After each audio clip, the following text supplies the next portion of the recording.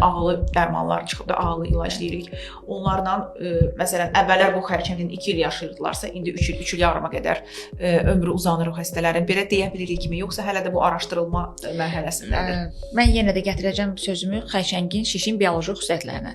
Bax, az öncə ağıllı dərmanlar deyirsiniz, bizə xəstələr gəlir, hətta belə deyim, bizdən tələbləri olur ki, bizi ağıllı dərmanlarla müalicə eləyin. Səbəbini soruşanda deyirlər ki, ağıllı müalicə, yəni eşidirlər də bu hədəfə yönəlik müalicədir. Yəni əslində bu ağıllı dərman dediyimiz insan ağlı yoxdur bu dərmanda. Ağıllı müalicə niyə deyirik? Bu birbaşa hədəfə yönəlik bir terapiyadır. Bunda nə ilə əlaqələndirir? Misal üçün xəstədə süd vəzi xərçəngindən gedir, bir şiş toxuması var. Bu şiş toxumasının içərisində hormonlar, estrogen, progesteron hormonları ya var, ya yoxdur. Varsa buna görə biz dərman müalicəsi başlayırıq. O dərman hüceyrənin içinə keçir, bu hormonlarla birləşir və şişi içəridə yox eləyir. Eləcə də bütün bədənimizdəki təbii ki, həmin dərman seçə bilmir. Bu xərçəng hüceyrəsi yoxsa bütün bədənimizdəki yayılır, amma o hüceyrənin içindəki estrogen, progesteron tərəfindən tutulur. Bir də var hüceyrənin qılıfında, deyək ki, xarici qatında bir anten kimi bir düşünün ki, bir reseptor, bir zulal var.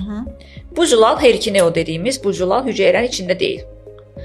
Və bütün bədənimizdə deyil, sadəcə xərçəng hüceyrələrinin üstündədir. Əgər biz bu biopsiya nəticəsində cavab almışıq ki, xəstəmiz Her pozitiv xəstədir. Bu demək ki, bunda olan müəyyən bir hüceyrə, xərçəng hüceyrəsinin üstündə, hüceyrənin qılafında, yəni kənarında bir antenası var, deyək, zulalı var. Her2 dediyimiz zulalı var.